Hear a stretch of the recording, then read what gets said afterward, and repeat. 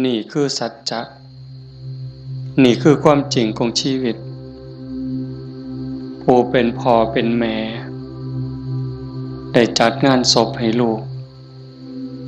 ได้เฮ็ดบุญแจกข้าวเฮ็ดบุญอุทิศส่งให้ลูกเฮาจะเห็นหลายๆมุมความบ่เที่ยงแท้แน่นอนของสังขารร่างกายบ่ฮู้ว่าสิตายมื้อใดบ่ได้ตายตามคิวพ่อแม่เกิดก่อนแทนที่สิไปก่อนแต่ว่านั้นมันก็บ่เป็นไปคือเฮาคิดเว้าอยู่ประจำว่าชีวิตเป็นของยืมโยมก็ลองทำความเข้าใจตามเด้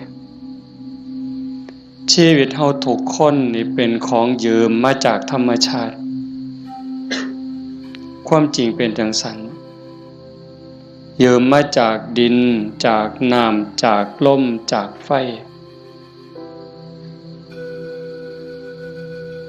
ดินคือส่วนที่เข้มแข็งข้นแข็งเฮากินข้าวกินน้ำกินหมากใหม่ต่างๆขนมนมเนยก็เปลี่ยนสภาพส่วนที่เป็นธาตุดินก็กลายไปเป็นผมขนเล็บฟันหนังเนื้อเอ็นกระดูกตับไตไส้พุงน้ำที่เฮากลืนกินลงไปน้ำสะอาดน้ำสมน้ำหวานอีหยังก็แล้วแต่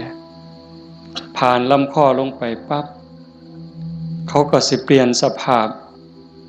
ไปเป็นน้ำเลือดน้ำเหลืองน้ำน้องน้ำดีน้ำเสลดน้ำลายนี่คือยืมจากธรรมชาติน้ำต่อน้ำลมต่อลมไฟต่อไฟดินต่อดินมื้อนี้เฮาก็สืบต่อจักว่าจักรอบลมหายใจเข้าหายใจออกนี่คือเอาดินไปต่อดินไฟที่ยังร่างกายให้อบอุ่นเผาอาหารให้ย่อยเฮ็ดร่างกายให้สุดโทรมเขาก็ทำหน้าที่ของเขาจังซี่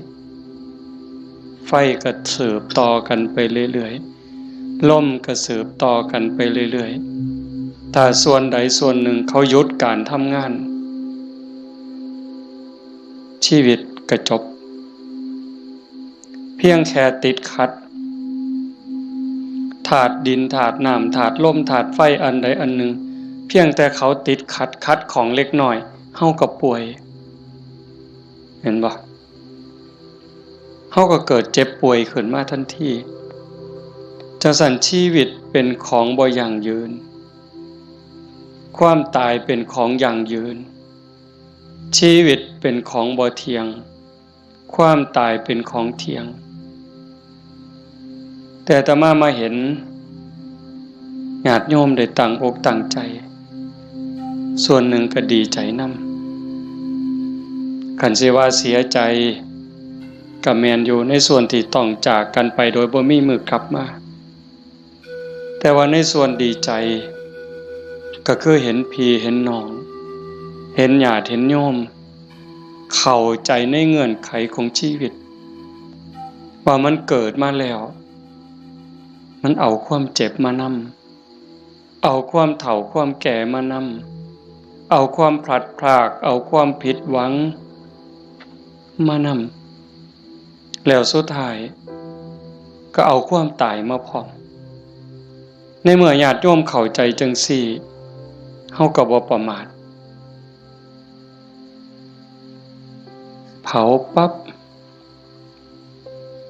เก็บดูกเก็บอัฐิเฮาก็ถือโอกาสทำบุญอุทิศเลยบ่ในใจอาตมาก็สนับสนุนจริงๆการทำบุญอุทิศเลยนั้นเป็นการทรงอย่างเร็ว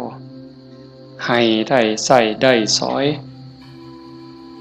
จริงๆมันก็บ่ต้องลงทุนลงแรงใส่เงินใส่ทองอีหยังหลายหลวง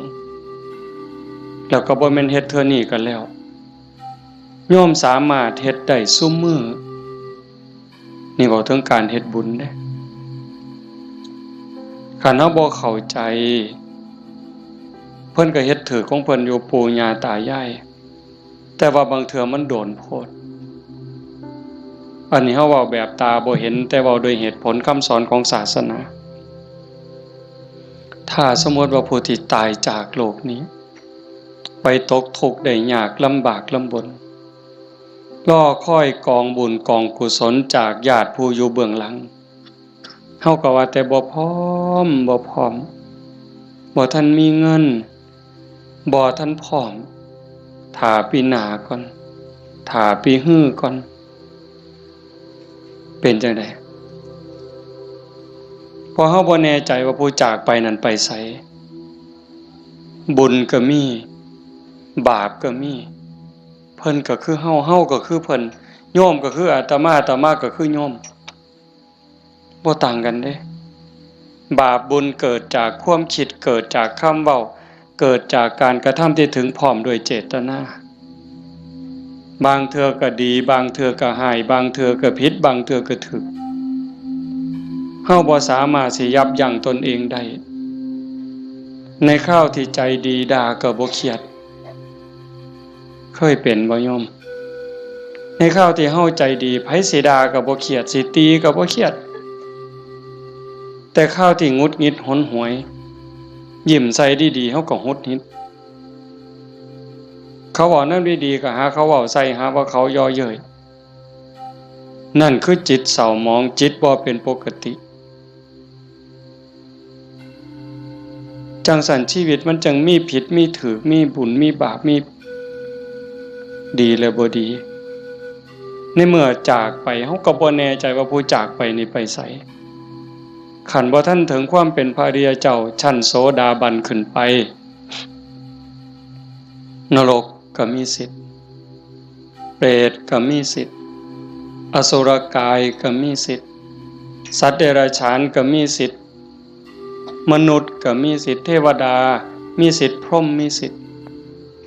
จังซั่นถ้าเฮารอคอยไปเป็นเดือนเป็นปีหรือหลายปีถ้าเกิดญาติบุคคลอันเป็นที่รักที่จากไปตกทุกข์ได้ยากได้พบใดภูมิใดก็แล้วแต่รอคอยบุญกุศลที่ผู้อยู่เบื้องหลังสิเป็นพ่อแม่พี่น้องสามีภรรยาลูกเต่าเราหลานส่งไปให้บ่เฮ็ดบ่ส่งล่ะสิเป็นแนวใดทุกข์แล้วก็ทุกข์อีกทรมานแล้วก็ทรมานอีกแต่คันเฮาส่งบุญปั๊บคันตกทุกข์ได้ยากลำบากลำบนเฮ็ดบุญถูกเฮ็ดบุญแม่นตามคำสอนพระพุทธเจ้าผลบุญนั่นก็ส่งทันทีซอยเหลือทันทีคันดีอยู่แล้วมีความสุขอยู่แล้วก็ย่อมได้รับหลายยิ่งขึ้นสำบายยิ่งขึ้นมีความสุขยิ่งขึ้นกับเปรียบกับคือคนเฮาเนี่ยจากบ้าน บางเทื่อบ่ได้ตั้งตัวบ่ได้ตั้งใจคิดว่าแต่สิไปทางหน้ามันสิดีทุกข์ปั๊บจากบ้านไปตกหม้องทุกข์ยากลำบากงานก็หนักของกินก็บ่มีน้ำก็ยากข้าวก็ยากบ่อนหลับบ่อนนอนเสื้อผืนหมอนใบหกเหี่ยบ่สะอาดอากาศบ่ถ่ายเทเป็นแนวใดญาติพี่น้องก็บ่มีเงินฝากส่งไปซอยก็บ่มีนั่นก็คือทุกข์ต่อไปแต่คันถ้าบุญเจ้าของก็เฮ็ดไว้พอสมควรสร้างไว้ทำไว้จากโลกนี้ไปปั๊บก็คือไปสู่ที่ดีไปต่างบ้านต่างเฮือนบ่อนอยู่ก็ดีบ่อนนอนก็ดีบ่อนกินก็ดีอาหารการกินบ่อึดบ่อยากอยู่ในสถานที่ที่สะดวกสบายน้ำซ้ำพี่น้องก็ฝากเงินไปให้ส่งเงินไปให้กินบ่ไหวใส่บ่หมดนี่คือเหตุผล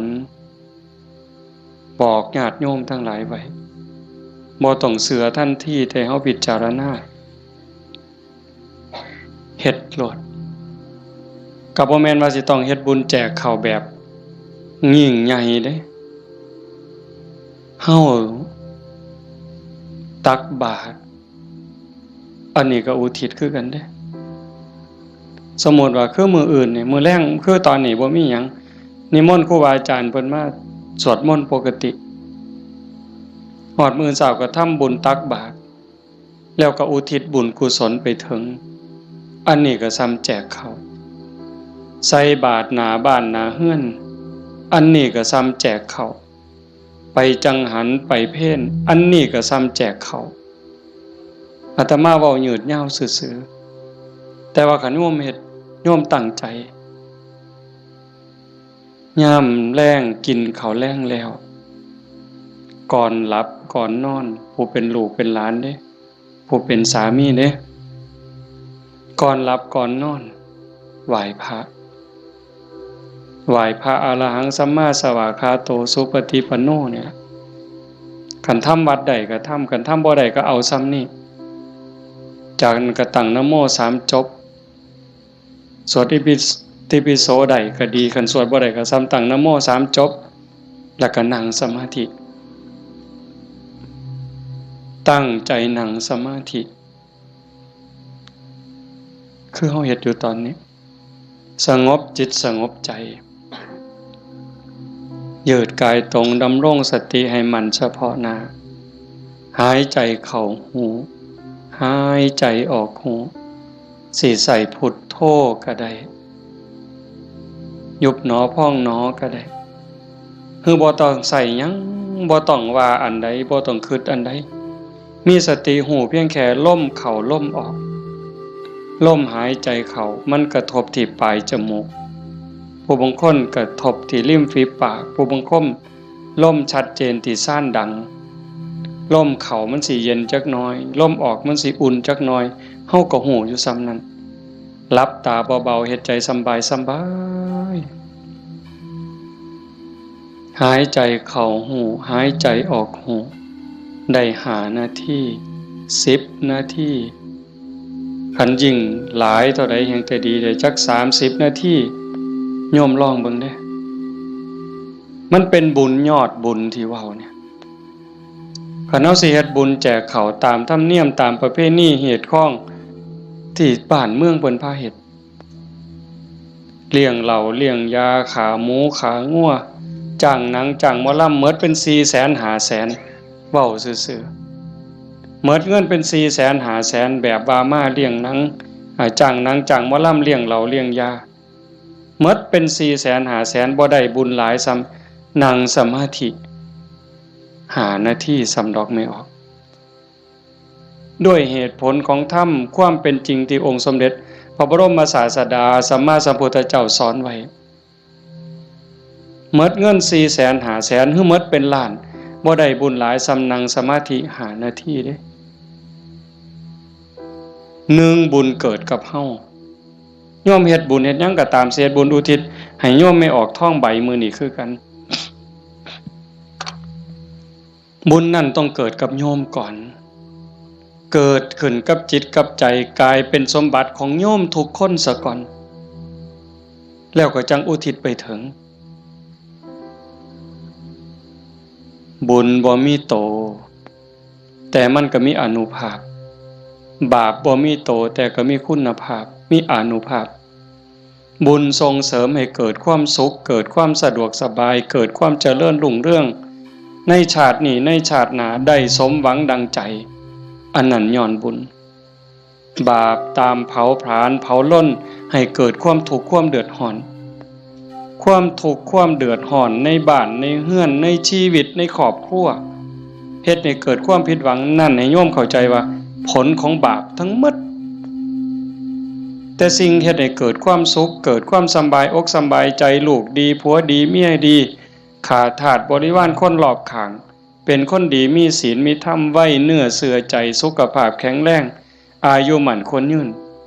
บุญทั้งหมดเฮาสิเฮ็ดบุญอุทิศให้ญาติให้ผู้ใดก็แล้วแต่บุญต้องเกิดกับจิตกับใจเฮาก่อนคือกันกับเฮาสิเอาขนม เอาเงินเอาทองเสื้อผ้าหนาแพร่เครื่องใส่ไม้สอยหยิบยื่นให้คนที่เฮาอยากให้สิเป็นไผก็ตามที่เฮาอยากให้เพิ่นเฮาก็ต้องมีของสิ่งนั้นในมือเป็นกรรมสิทธิ์เด็ดขาดของเฮาจะเอาขนมให้เอาเงินให้เอาหมักไม้ให้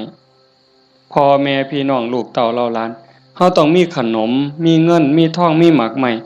เป็นสมบัติส่วนตัวเป็นกรรมสิทธิ์ของเฮาโดยเด็ดขาดจังสิสามารถหยิบยื่นให้ลูกให้หลานให้พ่อแม่พี่น้องบุคคลที่รัก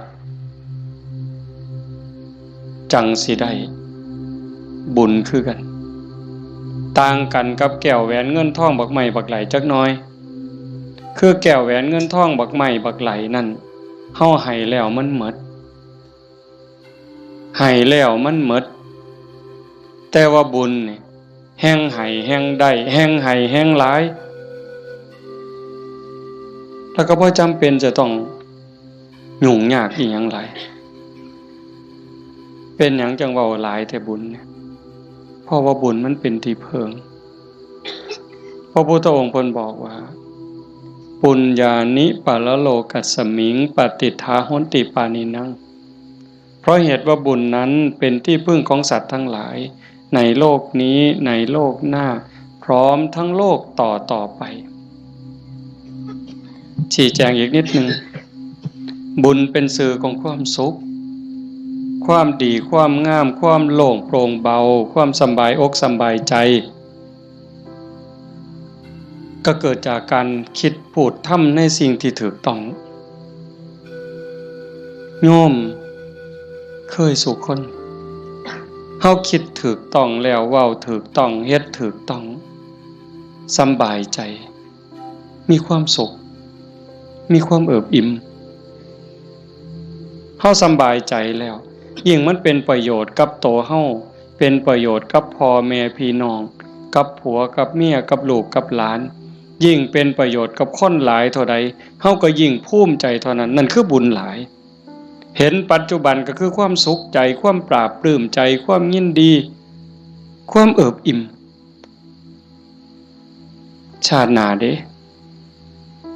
นำไปสู่สวงสวรรค์นำไปสู่พรหม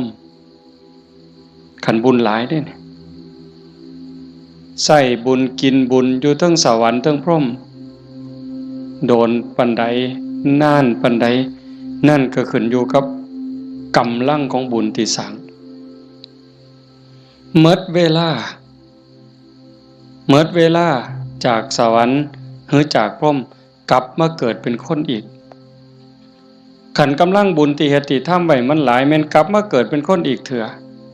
งามหน้าตาดีผิวพรรณดีสวดทรงดีสุ่มเสียงดีฐานะดีร่ำรวยสติปัญญาดีโรคภัยไข้เจ็บหน่อยอายุยืนไปไสก็มีคนหัก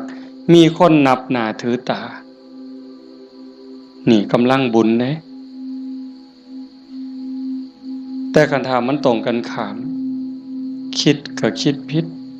เว้าก็เว้าผิดเฮ็ดหยังก็เฮ็ดผิดเฮ็ดแล้วปั๊บกลับเป็นทุกข์ในปัจจุบันโยมก็เห็นอยู่เวลาเอาเฮ็ดผิดเว้าผิดศีลผิดธรรมผิดกฎหมายบ้านเมืองเดือดร้อนตั้งแต่เฮ็ดแล้วตอนเฮ็ดโดยอำนาจของกิเลสย้อนความโลภย้อนความโกรธโลภอยากได้ของเขาอยากลักของเขาอยากจี้ของเขาอยากยักยอกอยากคอร์รัปชันโกงกินเป็นจังได๋พอแต่เฮ็ดลงไปแล้วทุกข์เว้าด้วยความโกรธเว้าด้วยความอิจฉาริษยากระแทกแดกดันใส่หอดพ่อหอดแม่บางเทื่อหอดพระสงฆ์องค์ข้าเจ้าเว้าพื้นนินทาเว้าแล้วสะใจในขณะที่เว้าสะใจหลายเว้าแล้วคิดว่าโอ้ยมันสิบ่บาปบ่คิดที่หลังเป็นทุกข์บัดไหม้เจ้าของเผาเจ้าของเห็นบ่ในปัจจุบันก็เป็นทุกข์จังซี่เดือดร้อนจังซี่คันมันกว้างไปเท่าใดคนหู้เท่าใดเขาก็เกิดความรังเกียจเกิดความบ่ไว้ใจเกิดความบ่นับถือ ไปไสก็บ่ได้รับการต้อนรับเพียงแค่เว้าบ่จริงเว้าบ่แม่นเท่านั้นขี้ตัวเป็นคนบ่ซื่อบ่สัตย์เขาก็บ่ไว้วางใจซ้ำนี้ก็เดือดร้อนแล้วเด้ปัจจุบันเด้นี่คันจากโลกนี้ล่ะตายลงไปล่ะพูนลงนรกพุ่นเปรตพุ่นอสุรกายพุ่นสัตว์เดรัจฉานพุ่นใส่บาปใส่กรรมเมิดแล้วมาเกิดเป็นคนมันต้องมาเด้มาแน่นอนเด้มาเกิดเป็นคนเศษบาปตามมาขี้ร้ายหนักที่สุดพิการแต่เกิดแขนหลีบขาหลีบหูหนวกตาบอดแล้วแต่สิเป็นตั้งเถื่อก็สมบูรณ์อยู่แข้งขามือตีนสมบูรณ์คือเพิ่นแต่ว่าขี้ร้ายรูปร่างบ่งามบ่มีผู้ใดเฮ็ดให้เด้นี่พระเจ้าบ่เกี่ยวพระพรหมบ่เกี่ยวเทวบุตรเทวดาทั้งใดบ่เกี่ยวกรรมล้วนๆเพิ่นจังว่าสัตว์โลกเป็นไปตามกรรมกัมมุนาวัตติโลโกนี่ขี้ร้ายพร้อมโง่พร้อมปึกพร้อมโรคภัยไข้เจ็บหลายโซ่ออดแอดเป็นจังได๋บัดมันบ่แม่นขี้ร้ายแต่เจ้าของเด้คันกรรมมันหลายๆบาปมันหลายๆเนี่ยเจ้าของทุกข์เจ้าของโง่เจ้าของขี้ร้ายแล้วได้ผัวก็ขี้ร้ายได้เมียก็ขี้ร้ายตื่มไปกิได้ลูกได้เต่ามากก็คือกันขี้ร้ายแล้วบ่พอเด้โง่อีกสอนบ่ฟังอีก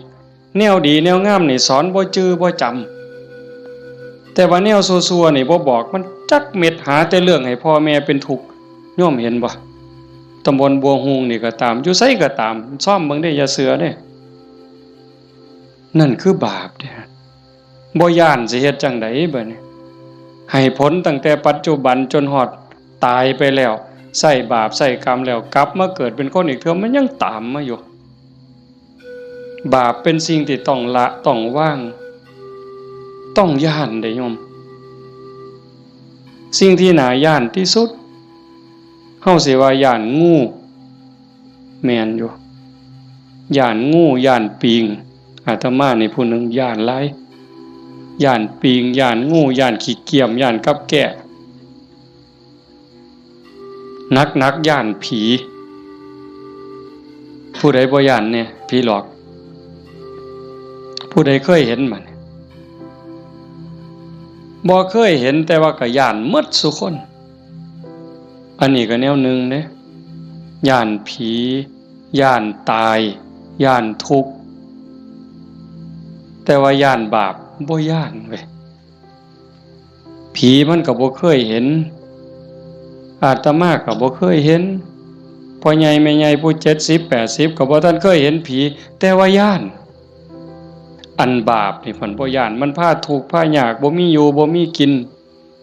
เฮ็ดให้ลำบากทุกข์อกทุกข์ใจอันนั้นมันบ่พากันย้านหวยคันคิดได้มันถูกย้านบาปพระพุทธเจ้าเพิ่นสอนให้ย้านบาป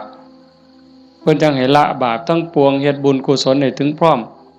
แต่เฮ็ดบุญแล้วมันก็บ่ทันปลอดภัยไปสู่สวรรค์มันยังต้องกลับมาเกิดอีกไปสู่พรหมมันต้องกลับมาเกิดอีกเพิ่นจังให้ชำระจิตชำระใจให้สะอาดบริสุทธิ์สะจิตตะปริโยทปันนังการชำระจิตของตนให้ขาวรอบให้มันสะอาดบริสุทธิ์สิเดินจงกรมก็ได้สินั่งสมาธิก็ได้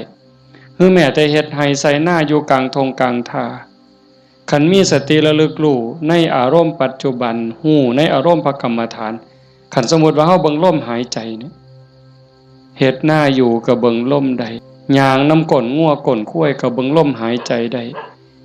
เข้าห้องน้ำห้องส้วมก็เบิ่งลมหันใจได้แม้กระทั่งยามนอนไหว้พระแล้วนั่งสมาธิแล้ว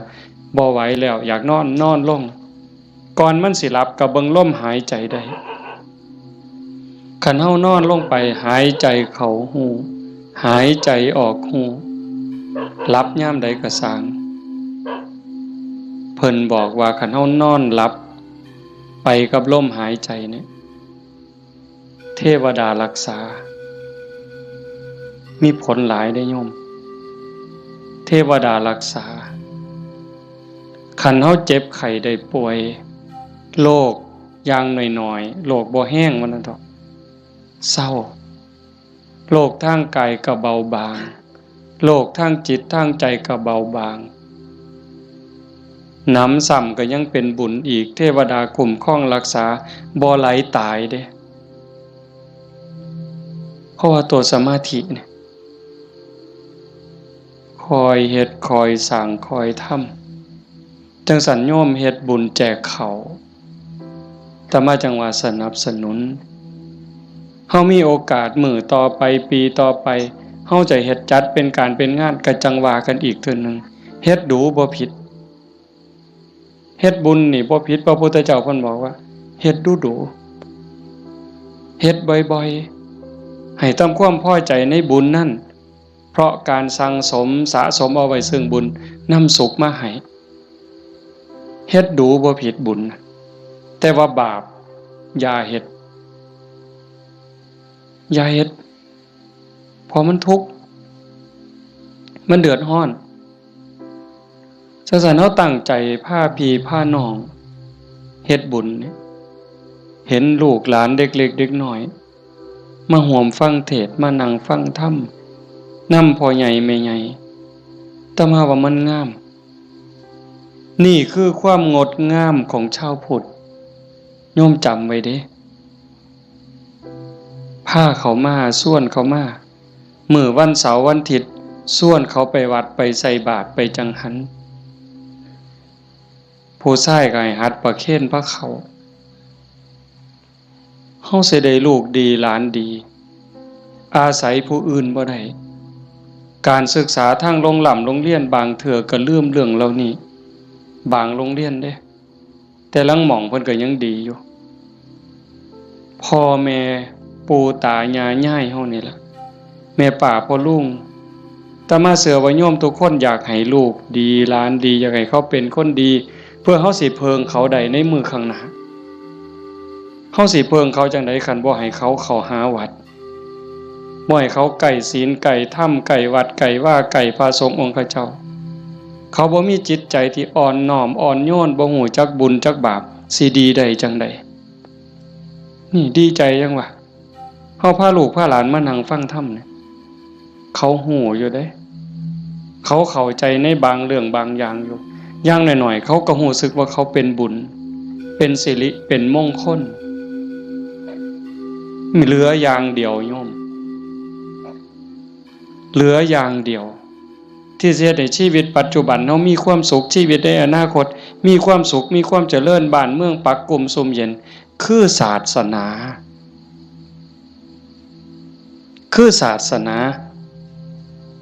เรื่องกฎหมายนี่โยมเลิกยังเพิงบ่ได้ 100% ยิ่งพวกนักการเมืองสสต่างๆเศร้าเว้านำเลยพวกนั้นเพิงบ่ได้เข้าหาประโยชน์ใส่ตัวเขาต่างหากหักเข้าจริงๆบ่เป็นพี่เป็นน้องเขาจริงๆบ่บ่มีดอก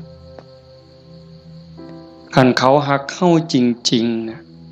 หักบ้านหักเมืองจริงๆเขาต้องเฮ็ดสวัสดิการให้เฮาได้หลายบ่ต้องเอาของมาแจกดอกบ่ต้องเอาเงินเอาทองเอาเขาเอาของมาให้เฮาดอกพูนเขาไปสภาพพุ่นนำความทุกข์ความเดือดร้อนเฮาไปเว้าเป็นเรื่องเป็นราวต่อสู้เพื่อให้เกิดความมั่นคง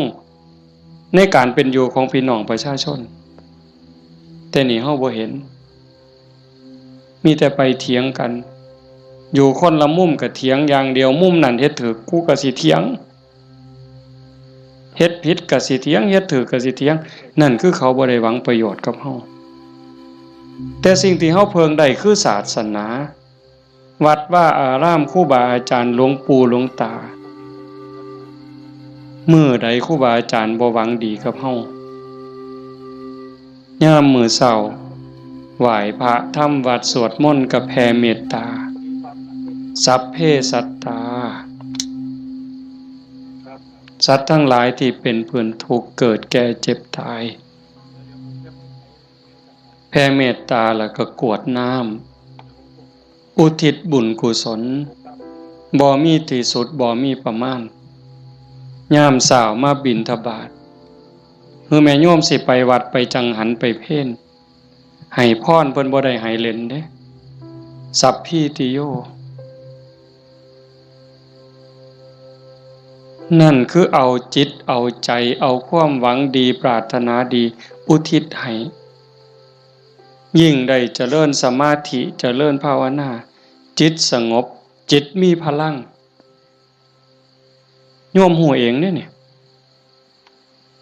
โยมทุกคนหูเองเนี่ยนั่งฟังอาตมาเว้ามานี่มัน30 นาทีแล้วโยมฟังอาตมาเทศมา30 นาทีคนที่ตั้งใจนั่งสมาธิฟังแต่แรกสิรู้สึกว่าตอนนี้กายเบากายโยมเบาใจโยมเบาใจมันสงบใจมันมีกำลังใจโยมเริ่มมีความสุขลึกๆเนี่ยพิสูจน์ได้คำสอนพระพุทธเจ้ามันบ่ได้ล้าสมัยอีกยังท่านสมัยล้ำสมัยไปอีกล้านปีพุ่นโยมเป็นพยานเด้อาตมาบ่ได้เว้าเอาเองเด้ทุกคนที่นั่งสมาธิฟังธรรมน้อมจิตน้อมใจลงสู่กระแสธรรมตอนนี้กายเริ่มเบาจิตเริ่มเบาความเอิบอิ่มรู้สึกปลื้มใจในตนเองมันเกิดนี่คือบุญเนี่ยแต่มาจังหวะแต่ตอนแรกโอ้ยอย่าว่าแต่500,000ต่อให้100 ล้านเฮ็ดบุญตามเขาว่าเนี่ยบ่มีเหล้าบ่มีบุญบ่มีเหล้าบ่เป็นบุญบ่ขาหมูขางัวบ่เป็นบุญบ่มีหนังบ่มีหมอลำบ่เป็นบุญพวกหมู่นั้นต่อให้100 ล้านสภาพที่จิตใจเป็นสุขสงบร่มเย็นมั่นใจมันย่อมมั่นใจเด้แต่การเฮ็ดแบบนั้นเฮาสิมีอารมณ์เย็นแบบนี้บ่สิมีความรู้สึกอบอุ่นใจปราบปลื้มใจยินดีใจมั่นใจว่าญาติตายไปแล้วสิได้บุญบ่มีดอกนั่นเว้าซื่อๆเชื่อซื่อๆมีความเชื่อแล้วก็ถูเอาสีขางเขาถูเพิ่นว่าหุ่นลู่ว่าไปซื่อๆเฮาก็ลองหลับตาเบิ่งศีลข้อที่1มีบุญต้องมีศีลมีกินต้องมีทานคำโบราณเพิ่นว่าข้อที่1ปานาติปาตาเวรมณีเจตนางดเว้นจากการทำสัตว์ที่มีชีวิตให้ตกล่วงผู้ใดก็หักชีวิตคือกันกับเฮาหมดมันก็บ่อยากตายนอนมันก็บ่อยากตายเม่งใหม่มันก็บ่อยากตายเพราะว่าแต่อยากตายเลยแม้แต่เจ็บมันก็บ่อยากเจ็บเฮาเนี่ยบ่หาแต่เขามาถิ่มมาแทงโดยมีดโดยหอกเด้ตั้งแต่หมอฉีดยาเฮาเจ็บเฮาป่วยสิฉีดยาให้เฮาหายเจ็บหายป่วยบางเทื่อเฮาก็ย้านเจ็บภาษาเข็มฉีดยาซำนั้นแล้วเขาบ่ได้ฉีดให้ตายบ่ได้ฉีดให้ทุกข์ทรมานอีหยังฉีดยาเพื่อรักษาโรคเจ็บไข้ได้ป่วยเพื่อให้เฮาได้แข็งแรงเฮายังย้านนี่แค่เจ็บเด้เนี่ยสินับภาษาหยังบัดนี้เอาค้อนทุบหัวเขาเอามีดปาดคอเขาเอาใจเขามาใส่ใจเฮาทบทวนจังซี่เฮาก็เห็นว่าล่ะข้อที่1ขาแล้วมันสิได้บุญมาแต่ไสบาปแล้วครับเลี้ยงเหล้าเลี้ยงยาข้อที่5ขาดไปอีกคันยิ่งมีหนังมีหมอลำมาอีหยังสิตามมาศีลข้อ3หลายๆคนอาจสิขาดย้อนงานบุญเฮางานบุญเฮาคือเอาเองเนี่ยมาเบิ่งหนังเฮาผู้บ่าวผู้สาวอาจสิเสียเนื้อเสียตัวย้อนเบิ่งหนังโป๊ย้อนเบิ่งหมอลำสิ่งมันเว้าลามกแม่นบ่แม่นไม่ออกบ่ออกทบทวนเอาเองอดีตหมู่เจ้าทบทวนเอาเบิ่ง หนังขาหนังแกงกินเหล้าเมายาแล้วตีกันตื้มบัดนี้เมาเหล้าแล้วเว้าเข้าป่าเข้าดงโกหกพกล่มใส่ลายป้ายสีศีลข้อ4เสียอีก1แล้ว3 4 5เสียข้อที่2มาเบิ่งหนังเฮามาเบิ่งหมอลำเฮากลับไปลักไก่นำทางไปต้มอีกต่างหากหมดอ้อยซอยเลยเฮาเป็นต้นเหตุของบาปเลยบัดนี้แต่กันเฮ็ดแนวนี้อันพวกมานั่งฟังเทศน์นี่เอาตั้งแต่เด็กน้อยจนฮอดผู้เฒ่านี่ผู้ใดคือสิไปขากบเนี่ยลบไปนี่ผู้ใดสิไปขากุ้งเนี่ยแล้วบ่มีคือสิโอ้ยลบมื้อนี้ลักบักนาวนำทางดอกเว้ยมีบ่แล้วสิไปผิดผัวผิดเมียเขาดอกคิดก็บ่กล้าเฮาเชื่อมั่นแล้วเด้บาปมีบุญมีชาติหน้าชาติก่อนมีนรกสวรรค์มีเฮ็ดดีๆจริงเฮ็ดชั่วๆจริงผู้ใดเฮ็ดอันใดได้อันนั้นหว่านพืชเช่นไรได้ผลเช่นนั้นเห็นบ่สิไปผิดผัวผิดเมียไผมันสิไปกล้าซั่นบ่สิไปเว้าตัวคนสิไปยู่ให้คนผิดกันสิไปเว้าปากพล่อยๆมาสิกล้าบาปมันอยู่นำเจ้าของเนี่ยเฮ็ดบาปก็ได้บาปเฮ็ดบุญก็ได้บุญมันอยู่นำเจ้าของนี่สิไปดื่มเสพเครื่องดองของเมาเฮ็ดให้เจ้าของเสียสุขภาพกายเสียสุขภาพจิตเสียเงินเสียทองเฮ็ดให้ขาดความเคารพนับถือเฮ็ดให้เด็กน้อยมันดูหมิ่นดูแค้นเฮาบ่แม่นคนโง่ปานนั้นเห็นบ่เฮาเห็นสภาพบุญเด่นๆอยู่จังซี่ไม่เป็นตาภูมิใจอะโยมคันสิเว้าเนาะคันบุญโยมบ่หลายเนี่ยโยมบ่ได้เกิดเป็นคนบ่ได้เป็นมนุษย์คันบุญบ่หลายพ่อบ่ได้เกิดเป็นคนไทยดอกโยมบ่ได้เกิดในผืนแผ่นดินไทยบ่ได้เกิดใต้ร่มใบบุญของนายหลวงเด้บุญบ่หลายพ่อบ่ได้นับถือพระพุทธศาสนานับถือพุทธศาสนาแล้วบุญบ่หลายพ่อบ่ได้เกิดในบ้านที่มีวัดมีว่ามีครูบาอาจารย์เอิ้นเข้าหาศีลหาธรรมบ่มีกัลยาณมิตรบ่มีพี่มีน้องที่ฮักศีลฮักธรรมนำกันบ้านโน่นตุนเฮาก็สิบ่ใหญ่ปานใดจักหลังคา85คันเฮาบ่ฮักศีลฮักธรรมคันบุญบ่หลายเฮาบ่มาโฮมกันหลายปานนี้หลายคนก็อาจสิล้าสิเมื่อยตั้งแต่โยมไม่ออกท้องใบเพิ่นจากไปมางานศพมื้อนี้ก็หมดมื้อวานก็หมดมื้อเอาไปเผาเฮ็ดเวียกเฮ็ดงานแน่ยามกลางคืนมาก็มาฟังครูบาอาจารย์เพิ่นสวดมนต์มานั่งเป็นหมู่เป็นพวกกันยามกลางเว้นก็ไปเฮ็ดเวียกเฮ็ดงานมื้อนี้มาโฮมกันได้ปานนี้ห่อขนมข้าวต้มถามว่ามันล้าบ่เมื่อยบ่เมื่อยเด้แต่เฮาก็กัดแขวกัดฟันมานั่งฟังเทศน์มาร่วมเอาบุญนำกันให้ทุกคนเข้าใจว่าทุกคนคือเจ้าภาพบ่แม่นแต่พ่อแม่กับสามีกับลูกหลานเด้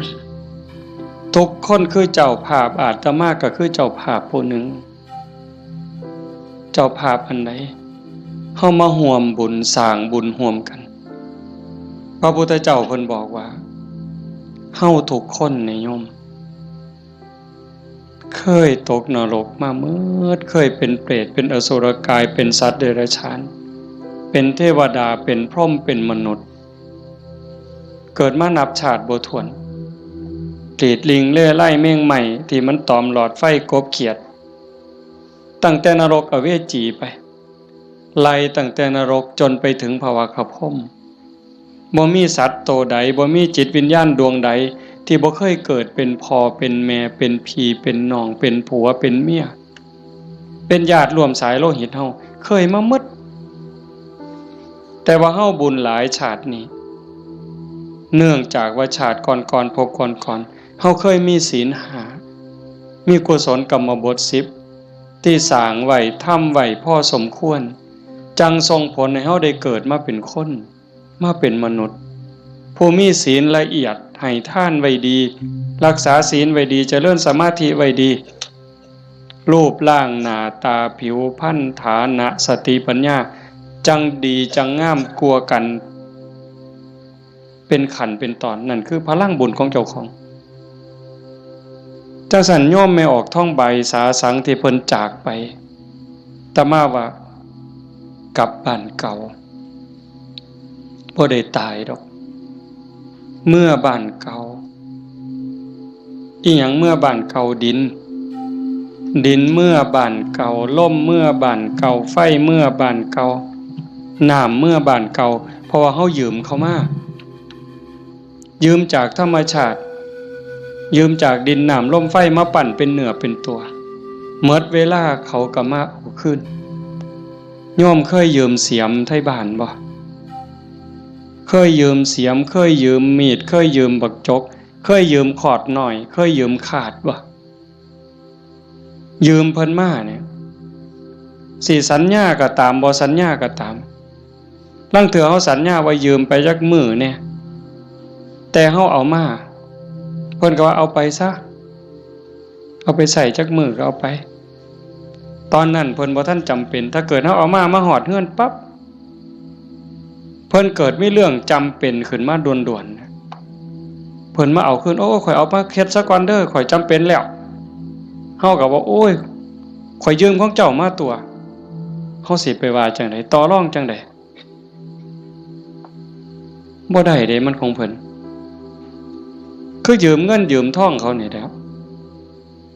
ยืมมาใช้หนี้บ่ยืมมาซื้ออยู่ซื้อกินหยังก็แล้วแต่ฮอดวันเวลาบางเทื่อบ่ทันฮอดยิ่งบ้านนอกเฮายืมแบบพี่แบบน้องบ่ได้สัญญาอีหยังกันพ่อหน้ายามใดเพิ่นก็ทวงลางเทื่อเพิ่นบ่ทวงเฮาก็เกรงใจอันนี้ก็ยังพอเว้ากันได้แต่กับพญามัจจุราชต่อรองแนวใดพญามัจจุราชบ่เห็นแก่เงินค่ำแม่นสิมีเงินกือไทยเอาบ่มีได้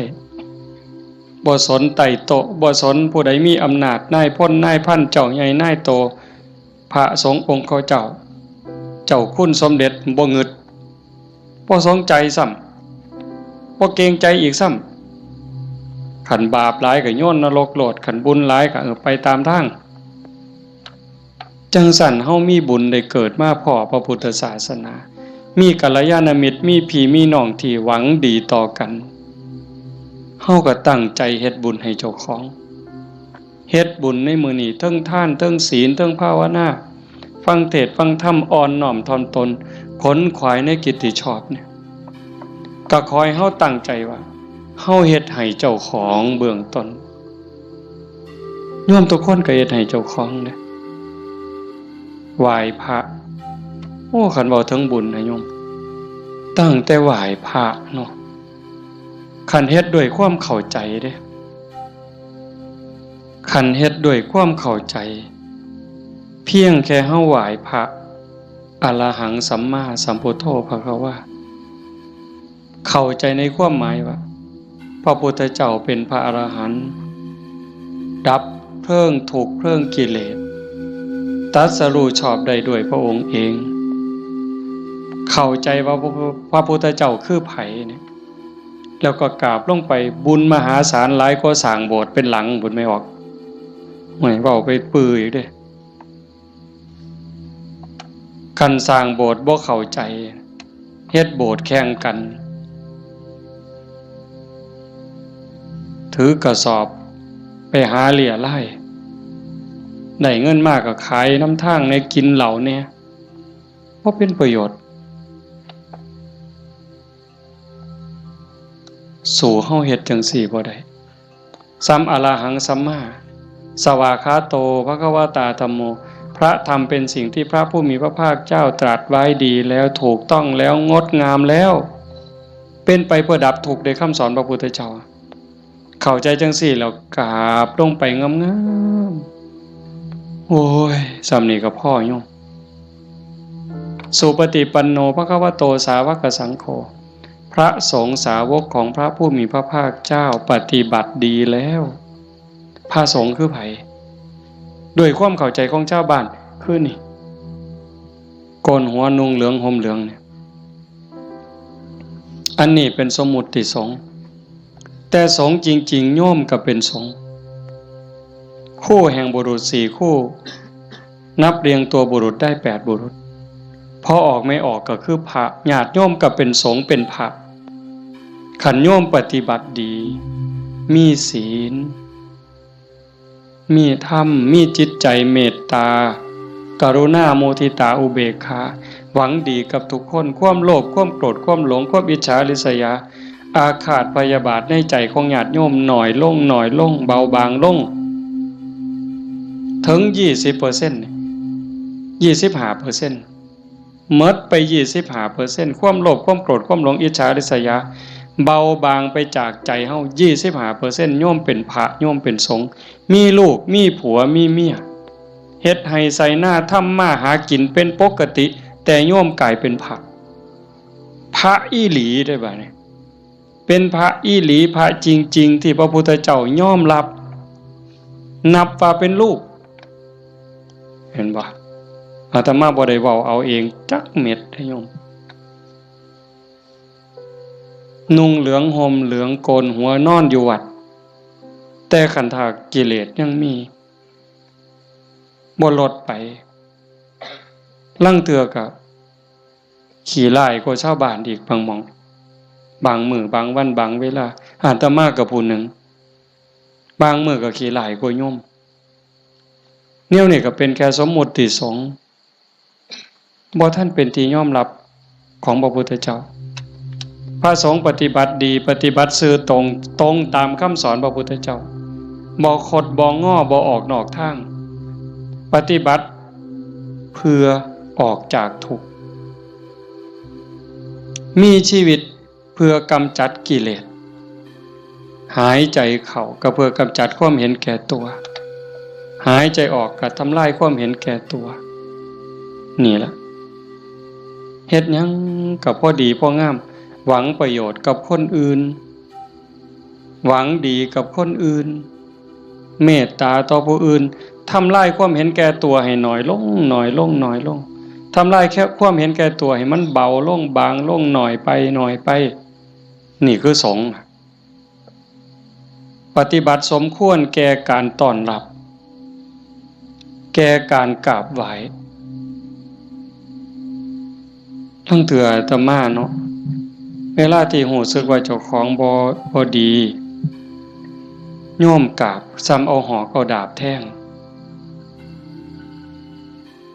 ยิ่งโยมศรัทธาเท่าใดแห้งแต่เป็นตาย้านผู้เฒ่าผู้แก่หัวขาวหัวค่อนสิเอาบักไม้ให้กราบแล้วยกใส่หัวลับตาพูนคิดฮอดพ่อฮอดแม่ฮอดพี่ฮอดน้องว่าแม่นพ่อแม่ในชาติปัจจุบันฮอดชาติก่อนภพก่อนฮอดเจ้ากรรมนายเวรถวายน้ำขวดหนึ่งก็หวังบุญสอบทอพอต่อแม่พุ่นให้ขนมนมเนยใส่บาตรญาติพกถวายผ้าถวายผ่อนเงินทองแก้วแหวนเขาบ่ให้ย้อนหักเด้ให้ย้อนอยากได้บุญบ่ให้ย้อนหลงแต่ว่าให้ย้อนอยากได้บุญเกิดกับเจ้าของแล้วอุทิศไปให้พ่อแม่โยมันสิบ่คือหอกคือดาบบ่คือน้ำกรดบ่คือน้ำร้อนเทหดเสียจังได๋จังซั่นนะเพียงแค่โยมเข้าใจว่าพระพุทธเจ้าคือใครพระธรรมคือใครพระสงฆ์คือใครโยมเข้าใจจังสิเพียงแค่อรหังสัมมาสวากขาโตสุปฏิปันโนพ่อโยม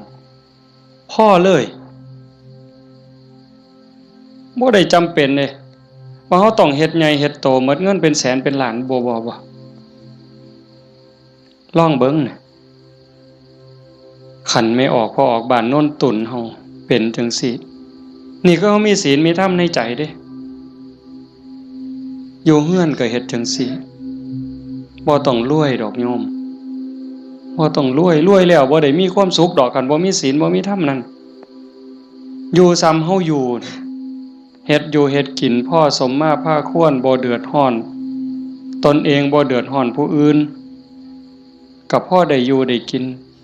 แต่ว่าให้จิตใจมีธรรมะเพิงผ้าอาศัยหยิบยื่นแบ่งปัน ซอยเหลือเกื้อกูลคือโยมเป็นกันอยู่เห็นว่าทุกคนคือพี่คือน้องทุกคนคือเพื่อนร่วมทุกข์เกิดแก่เจ็บตายมีความสุขบ่คันอยู่แบบนี้ก็บ่แม่นสิเงียบแบบนี้เลยได้ก็เว้ากันนำจากันนำแต่ว่าให้จิตใจเฮาเป็นจังซี่เข้าใจกันฮักกันคือพี่คือน้องเป็นแนวใดผู้จากไปก็สำบายใจเอาสมมุติว่าคือโยมไม่ออกท้องใบเพิ่นจากเข้าไปเนี่ยก็บ่ไปไสดอกความเป็นจริงอยู่นำเฮานี่ล่ะจริงๆบ่ได้ไปไสเด้เพียงแค่ธาตุดินน้ำลมไฟกลับคืนสู่ธรรมชาติดวงจิตดวงวิญญาณเดินทางไปตามบุญตามบาปของตนเองญาติพี่น้องผู้อยู่เบื้องหลังก็อุทิศบุญกุศลไปให้แต่ว่าด้วยสภาวะความผูกพันความเป็นลูกเพิ่นเป็นลูกของพ่อใหญ่ท้องมาแม่ใหญ่ที่พ่อแม่ก็สิ้นไปแล้วแม่นบ่เฮาตั้งใจเฮ็ดบุญอุทิศไปนำเนาะแต่มาเข้าใจผิดเอาก็บ่เป็นหยังพ่อใหญ่ท้องมาแม่ใหญ่ที่คือกันที่เฮาว่าจากไปเพิ่นก็บ่ได้ไปไสเลือดเนื้อเพิ่นอยู่นำเฮาแม่นบ่โยมไม่ออกท้องใบคือกันเพิ่นแบ่งเลือดแบ่งเนื้อมาเป็นโตเฮาเพิ่นก็อยู่นี้อยู่ในโตเฮานี้คำสอนคำสั่งคำบอกอันนี้เด้อลูกอันนี้เด้อหลาอันนี้เด้อคำเอิ้นบักหลาเอิ้นอีนางเอิ้นทองคำอีแม่แม่นบ่เพิ่นเอิ้นจังซั่นเด้บักหลาอีนางทองคำอีแม่เพิ่นว่าอันนี้มันถูกเด้ออันนี้มันดีเด้ออันนี้มันบ่แม่นอันนี้มันบ่ถูกอย่าพากันเฮ็ดมันบาปอย่าเว้าจังซั่นมันบาปคันเว้าจังซี่เว้าจังซี่แม่นแล้วบักหลาอีนางสาธุโอ้ยใจแม่นเจ้าเว้าดีใจแม่นเจ้าเว้าถูกนี่คือคำสอนฮักกันเด้อันนี้เอื้อยเด้อันนี้อ้ายเด้คันน้องเถียงอ้ายอย่าไปเถียงเอื้อยอย่าไปเถียงอ้ายคันอ้ายรังแกน้องเอื้อยรังแกน้องอย่าไปเฮ็ดบ่โหนเป็นน้องบ่เห็นบ่เพิ่นตายอยู่ว่ะเพิ่นไปไสอยู่ว่ะดินดอนตอนหญ้าเฮือนซ่านบ้านซองจากเหงื่อจากแห้งอาบเหงื่อตังน้ำสร้างหลักฐานให้ลูกได้อยู่เป็นของเพิ่นบ่จังว่าคันคิดฮอดพ่อคิดฮอดแม่นั่นก็ฮักพี่ฮักน้องอยากให้พ่อแม่ได้กินข้าวกินน้ำนุ่งเสื้อผ้าหน้าแพรดีๆงามๆคันแม่นพ่อแม่บ่อยู่นำเป็นเนื้อเป็นตัวแล้วก็เฮ็ดกับพี่กับน้องนั่นล่ะอยากเว้ากับพ่อแม่ม่วนๆก็เว้ากับพี่กับน้องนี่ล่ะเว้ากับป้ากับลุงมันคักแท้เด้โยมคันเฮาคิดให้มันเข้าใจนี่พ่อแม่บ่ไปไสปู่ย่าตายายบ่ไปไสแล้วทุกคนก็คือพี่คือน้องเข้าใจให้มันคักๆเข้าใจดีๆในคำสอนพระพุทธเจ้าประเสริฐที่สุดบ่มีศาสนาใดสิสอนความจริงความถูกต้องงดงามเกินพระพุทธเจ้าบ่มีผู้ใดสิฮักเฮาหวังดีต่อเฮาเกินพระพุทธเจ้าจังบอกคำสอนเอาไว้เพิ่นบ่บอกให้เฮาไปทำพิธีอันนั้นอันนี้ดอกอันนั้นบ่แม่นพิธีสะเดาะเคราะห์ต่อชะตาเสริมดวงพระพุทธเจ้าบ่สอนบ่แม่นเว้าดีต่อกันนี่พระพุทธเจ้าสอนคิดถูกต้องพูดถูกต้องทำถูกต้องจากถูกต้องก็จังไปสู่ดีงามอย่าว่าดีเด้อย่าว่าดีก่อนดียังบ่ทันถูกต้องเด้คันคนเขามักกินเหล้าเฮาซื้อเหล้าสู้กินเขาว่าดีเด้แม่นบ่ล่ะคันพวกผู้ชายมักเล่นมักเที่ยวมีหมู่พาไปเที่ยวซ่องเขาว่าบักนี่ดีเด้พวกมักเล่นไพ่เล่นไฮโลเล่นการพนัน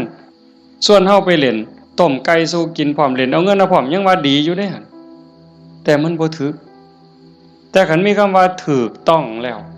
คิดถูกต้องเว้าถูกต้องกระทำถูกต้องดีงามตามมาบ่เสียหายจังซั่นจากนี้เป็นต้นไปเฮาบ่ว่ามื้อใดเฮาสิจากโลกนี้บ่มีผู้ใดฮู้จักคนว่าเฮามีเวลาอยู่ในโลกนี้อีกจักมื้อจักปีจักเดือนจักวันจักเวลาจักชั่วโมงจักนาทีบ่ฮู้จักคนโซ่ก็ตายบ่โซ่ก็ตายเด็กน้อยก็ตายหนุ่มสาวก็ตายผู้เฒ่าผู้แก่ก็ตายเฮ็ดจังได๋สิไปว่าถามื้อนั้นก่อนถามื้อนี้ก่อนโอ้ยมันต่อรองได้ซะบ่มื้อนี้เฮายังมีสติมีปัญญาบ่เจ็บบ่ไข้โยมเอ้ยเฮาบ่ได้เจ็บบ่ได้ไข้บ่โรคบ่ได้ป่วยเฮ็ดหยังได้ให้เฮ็ดยิ่งกับพ่อกับแม่นี่เด้อฟ้าวเฮ็ดคันพ่อแม่เพิ่นยังมีชีวิตโอ้ผู้นั้นบุญหลายเด้อผู้พ่อแม่ยังมีชีวิตอยู่นี่ผู้นั้นมันบุญหลายเกินบุญโยมเป็นหยังพ่อแม่เพิ่นทุ่มเทให้เฮาหมดชีวิตเป็นครูคนแรกเป็นเทวดาของบุตรเป็นพรหมของบุตรเป็นพระอรหันต์ของบุตรทุกสิ่งทุกอย่างที่พ่อแม่เพิ่นมีเพิ่นให้เฮาหมดเฮาอยากรู้ว่าพ่อแม่นี่ฮักเฮาส่ำใดทุ่มเทเสียสละเพื่อเฮาส่ำใดโยมบ่ต้องไปถามเพิ่นดอกโยมถามเจ้าของถามเจ้าของพวกเฮาเป็นพ่อคนแม่คนโยมฮักลูกตั้งแต่มื้อใด โยมไม่ออกเด้โยมพอออกก็คือกันนั่นล่ะฮักลูกตั้งแต่มื้อใดฮักลูกตั้งแต่ว่ามีลูกเกิดในท้องแม่นบ่ไม่ออกฮะพอรู้สึกว่าตั้งท้องปั๊บเนี่ยไม่ออกนี่ฮักแล้วเด้ทุ่มเทความฮักให้กับลูกในท้องแล้วพ่อก็คือกันผัวคือกันทั้งที่บ่ฮู้ได้นี่ว่าลูกสิเกิดเป็นผู้หญิงเป็นผู้ชายสิขี้ร้ายหรือสิงามสิโง่หรือสิฉลาดสิพิการหรือบ่พิการสิเป็นพระหรือสิเป็นมหาโจรโยมบ่ฮู้เลยลูกในท้องนี่สิเป็นหญิงเป็นชายพิการหรือบ่สิเป็นพระดีจิตใจดีใจงามซ้ำพระเกินพระหรือสิเป็นมหาโจรยิ่งกว่ามหาโจร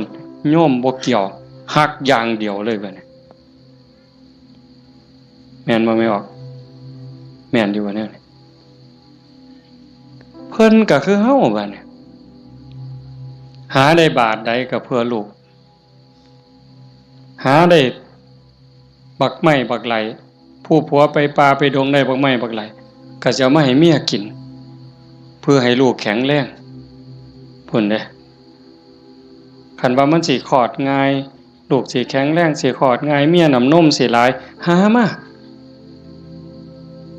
เห็นบ่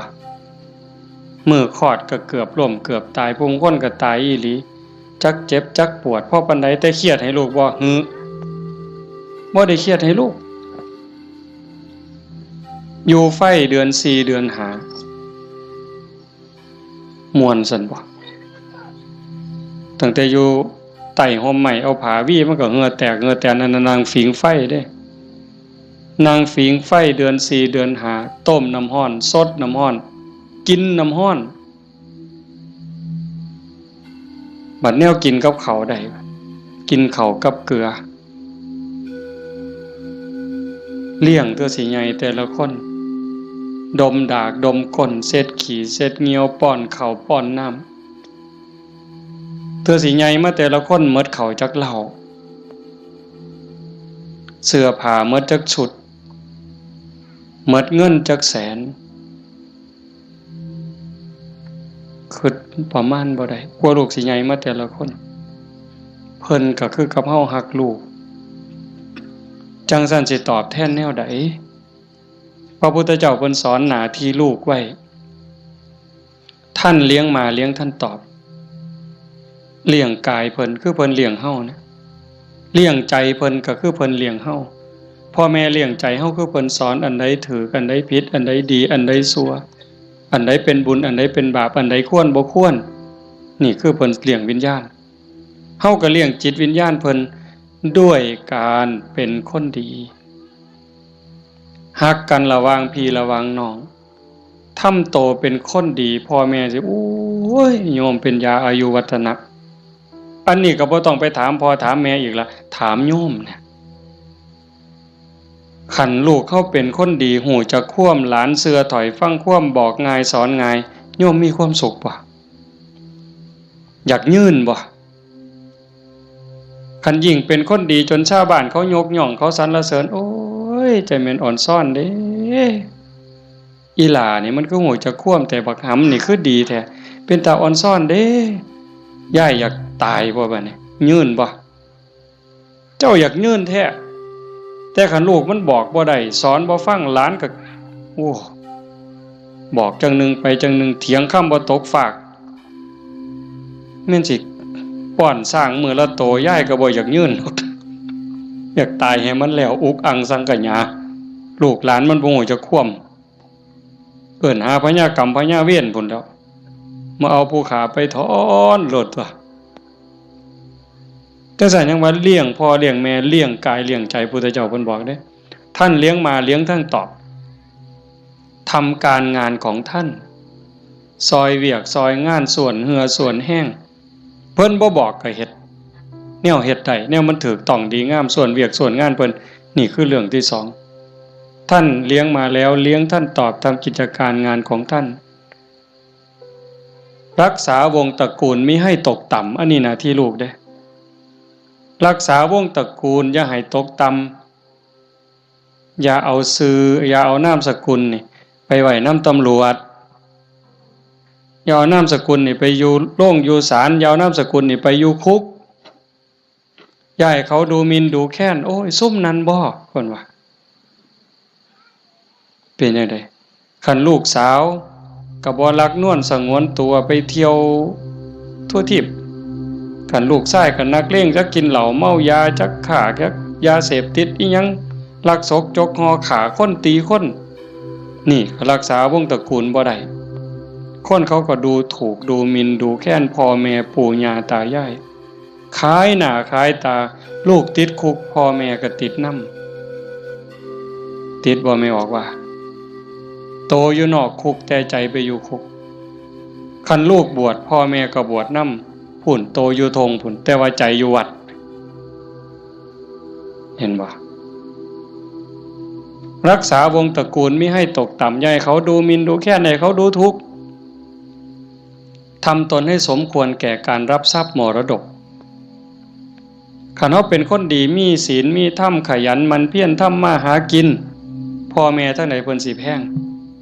ฮอดเวลาอันสมควรหาผัวหาเมียให้แบ่งทรัพย์สมบัติให้หวังเพิงให้ลูกแล้วพ่อแม่ก็สำบายใจแต่คันแม่นเหล้าก็กินเลขก็เล่นมาซุแนวฮอดหมากัดกันก็ลงก็สะเว้าเลยหมากัดกันก็เอาตัวแดงเด้อเพิ่นว่ามันนั่นว่ากูเอาตัวด่าง บ่าใหญ่แล้วมันเอาไปว่าไปนั่งอยู่ข้างทางรถคันนั้นมึงว่าเลขสุดท้ายมันเป็นตัวขี่กับตัวขู่ยังว่าอยู่สมองมีแต่การพนันบ่ต้องว่าถึงบังไฟเลยตายแซ่นี่คันลูกเป็นคนขยันมันเพียรบ่ยุ่งเกี่ยวกับการพนันบ่ยุ่งเกี่ยวกับยาเสพติดมีความกตัญญูรู้คุณหาอยู่หากินได้ก็ไปส่งพ่อส่งแม่ฮักพี่ฮักน้องพ่อแม่ภูมิใจเลยทำตนให้สมควรแก่การรับทรัพย์มรดกอันสุดท้ายเมื่อท่านล่วงลับไปแล้วทำบุญอุทิศให้ก็คือเอาเฮ็ดมื้อนี้เพิ่นจากไปแล้วเขาก็ทำบุญอุทิศหาทำบุญเพื่ออุทิศแปลว่าให้ทำบุญให้พ่อให้แม่ให้ปู่ย่าตายายบรรพบุรุษโยมไม่เข้าใจว่าพ่อแม่ปู่ย่าตายายเฮาบ่แม่นแต่ปัจจุบันเฮาเกิดมาเป็นหลายกว่าล้านชาตินะโยมพ่อแม่เฮาก็หลายกว่าล้านคนบางคนอาจสิอยู่นรกบางคนอาจอยู่เปรตบางคนอสุรกาย บางคนเกิดเป็นสัตว์เดรัจฉานบางคนเกิดเทวดาบางคนเกิดเป็นพรหมจังสันเฮาก็อุทิศบุญไปให้โอ้ชาโนดโสนีพราหมณ์นี่ไปถามพระพุทธเจ้าขันโยมปวดขากับพริกเด้อแต่มาอยากให้มันได้ประโยชน์ได้หลายมันพอมีแห้งเบากับเบาจริงๆหนังมานำรดอยากนอนเมื่อยกูสิเทศได้บ่น้อมาเห็นญาติโยมเรียบร้อยมันเลยมีแห้งตายก็สร้างมันเถาะมันดีใจอะโยมอีหลีเด้บ่แม่นปากหวานเนี่ยอยากเห็นจังซี่แหมคันเป็นแนวนี้ประเทศไทยมันก็อยู่ได้ชาโนดโสนีพราหมณ์นี่เพิ่นทำบุญดูๆทำบุญบ่อยๆแต่ทำนอกศาสนาดอกบางเทื่อก็ทำในพุทธศาสนาบางแล้วก็บ่ทันเข้าใจหยังหลายไปกราบทูลถามพระพุทธเจ้าข้าแต่พระองค์ผู้เจริญข้าพระองค์ทำบุญบ่อยๆเฮ็ดบุญบ่อยๆแล้วอุทิศให้กับญาติที่ล่วงลับอยากรู้ว่าญาติของเก่ากับผมนี่สิได้บุญบ่พระพุทธเจ้าเพิ่นบอกว่าดูก่อนพราหมณ์มันแล้วแต่ฐานะแล้วแต่ฐานะนั้นแนวใดเพิ่นก็เลยขอให้พระพุทธเจ้าอธิบายให้ฟังพระพุทธเจ้าว่ามันก็มีหลายองค์ประกอบแห่งเด้1ล่ะญาติของเฮาที่ตายจากไปเขาไปไสคันไปตกนรกก็บ่ได้ทันทีนรก457หลุม457ขุมเนี่ยนรกพ่อแม่เฮาไปตกนรกก็บ่ได้ทันทีมีแต่การทรมานสิได้ก็ย้อนเพิ่นฮู้เรื่องแล้วก็อนุโมทนาสาธุโดยความยินดีก็จังสิได้2คันไปเกิดเป็นเปรต12ชนิดได้บุญทันทีที่รอคอยอยู่นำเฮานี่ถ้าเอาทันทีนี่ปรตโตปชีวี1 12นี่ได้1แต่อีก11ต้องรอคอยได้รู้เรื่องรู้ราวอนุโมทนาสาธุจังได๋อสุรกายคือกันสัตว์เดรัจฉานเป็นหยังแน่ล่ะนั่นเฮาอยู่นั่นก็พ่อแม่เฮาคือกันผัวเมียเฮาคือกันชาติหนึ่งพบหนึ่งบ่เว้าเล่นได้โยมเขาบ่ได้เลยนะฮู้เรื่องบ่เนี่ยเฮาว่าเอากวดน้ำรับพรหมอหน่อยมันสิตั้งใจรับพรนำเฮาบ่บ่ฮู้เรื่องเด้กินนู่นฮู้บ่แมงไหม้ฮู้บ่ปูปลาฮู้บ่แล้วบ่ฮู้ได้บ่ได้เด้เนี่ยเขากินหยังเขาก็กินอาหารของเขาเทวดาล่ะคันเขาฮู้ทราบอนุโมทนาเขาก็ค่อนข้างจะฮู้ได้พรหมก็คือกันสุดท้ายก็สอบไปพุทธเจ้าเพิ่นบอกว่านอกจากญาติที่ล่วงลับจากไปแล้วอยู่ในภพภูมิที่สมควรได้ทันทีเขาได้แล้วอีกอย่างหนึ่งของที่ทำบุญเป็นบุญบ่ฆ่าเขามาบ่ลักมาบ่คดโกงมาบ่ในขณะที่ให้ก่อนให้หลังให้เจ้ามีความยินดีเจ้ามีศรัทธามีความภูมิใจจริงบ่พุ่นเด้แล้วผู้รับทานเจ้าเป็นไผมีศีลบ่มีธรรมบ่เพิ่นก็จังไล่มาตั้งแต่สัตว์เดรัจฉานแต่มาเทศน์ดูๆโยมฟังในวิทยุก็สิได้ยินมันได้บุญอยู่ดอกซ้ำแม่ครัวนี่ส้มแม่ครัวนี่ล้างถ้วยล้างซ้ำก่อนสิเทน้ำล้างถ้วยล้างซ้ำล้างหม้อลงในดินลงขี้สิก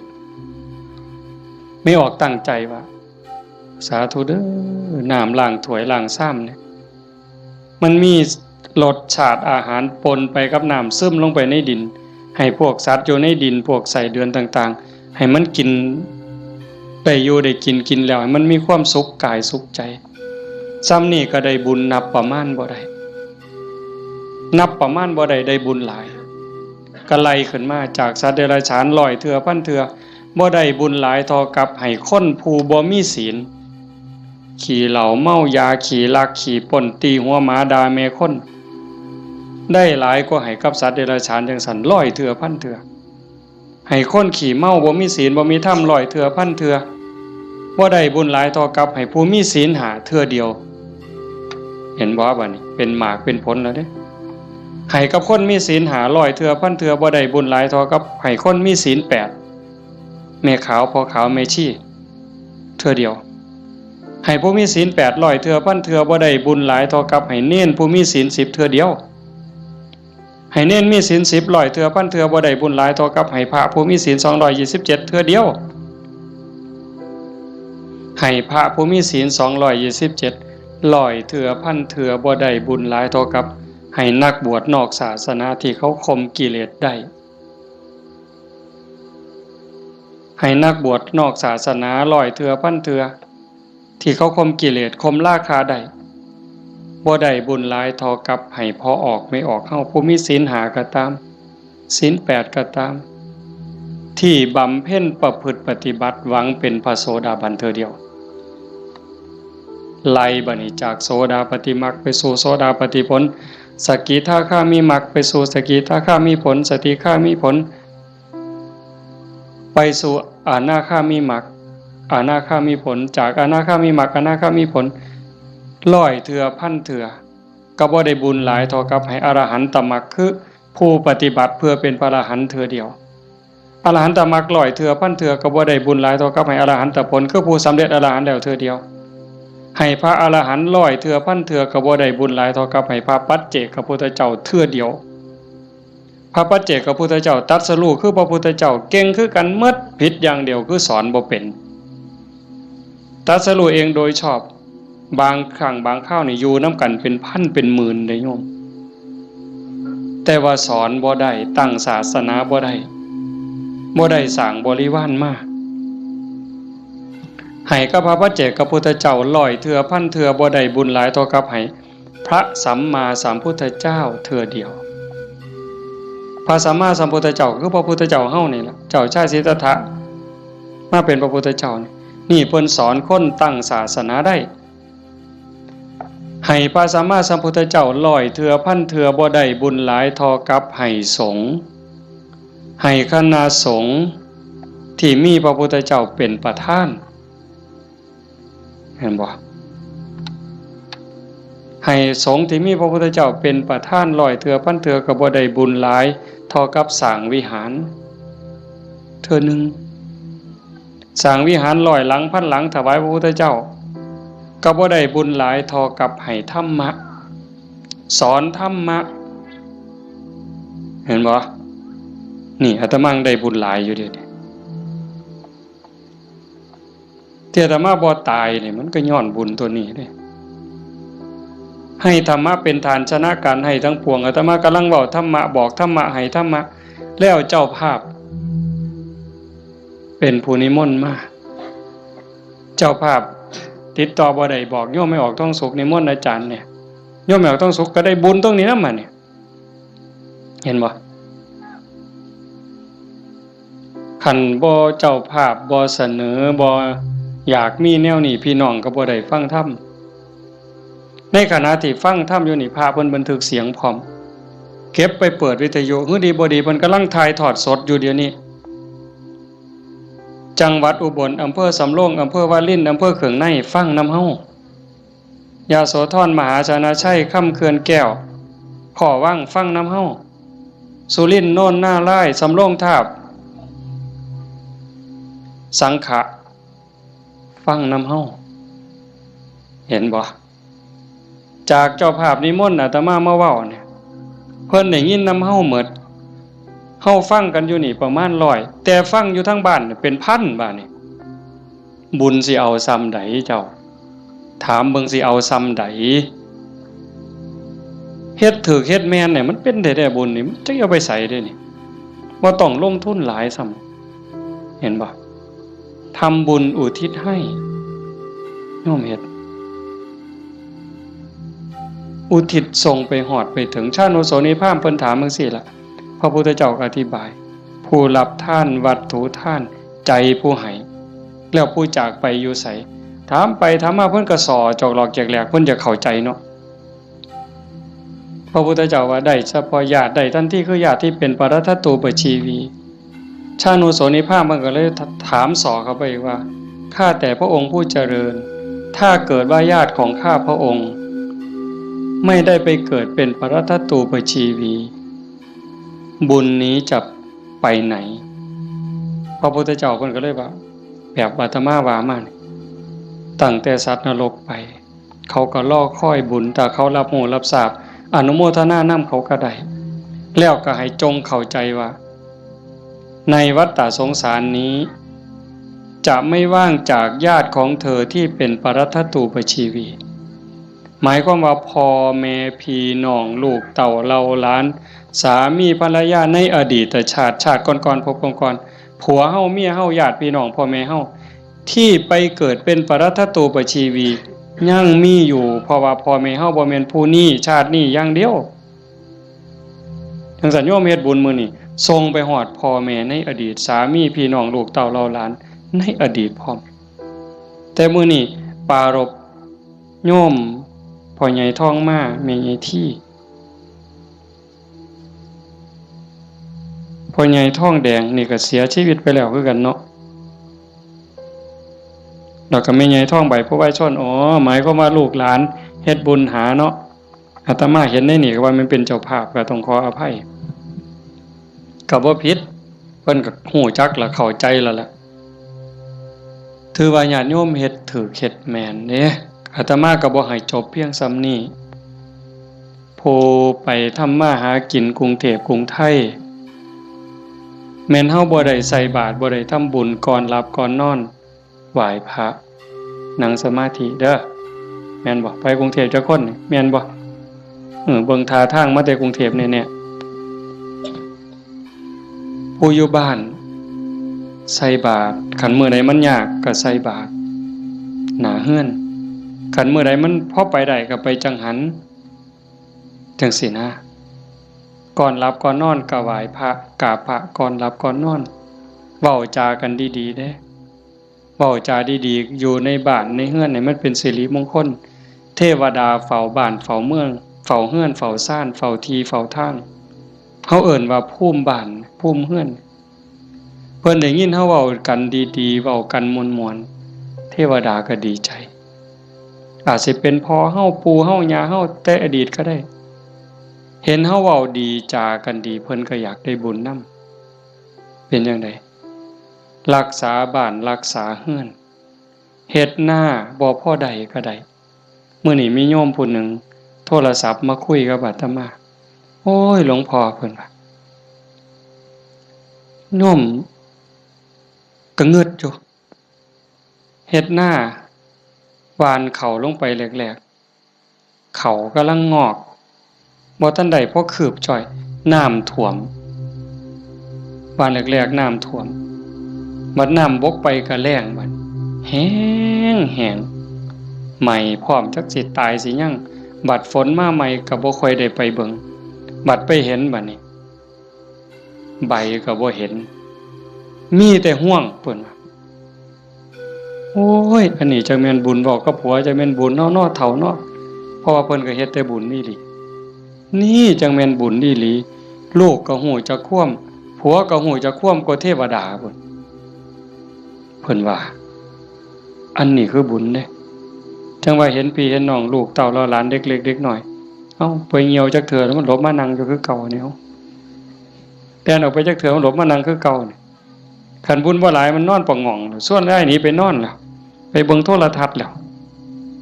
นี่คือบุญหลายเด้อพากันเลี้ยงลูกเอาศีลเอาธรรมเลี้ยงฝากโยมจักหน่อยยากก็อดเอาลำบากก็อดเอาอดเว้าดีอดคิดดีอดทำดีกับพี่กับน้องกับบ้านกับเมืองไปอยู่ไสก็อย่าสร้างปัญหาคันเฮาเป็นคนมีศีลมีธรรมอดกั้นจักหน่อยความรักความเมตตาก็เกิดแผ่เมตตาดูๆเด้หวังว่าในใจนี่ตั้งความรู้สึกในใจว่าทุกคนคือพี่คือน้องแล้วก็แม่นอีหลีซ้ำยังเว้าแต่ตอนต้นพระพุทธเจ้าเว้าซ้ำได้ว่าในวัฏฏะสงสารนี้ไม่มีใครเลยที่ไม่เคยเป็นพ่อเป็นแม่เป็นพี่เป็นน้องเป็นญาติร่วมสายโลหิตเป็นสามีภรรยากันมาก่อนทุกคนนั่งอยู่นี่แม่นหมดจังซั่นสิเครียดให้กันเฮ็ดหยังสิสร้างกันเฮ็ดหยังเอารัดเอาเปรียบกันเฮ็ดหยัง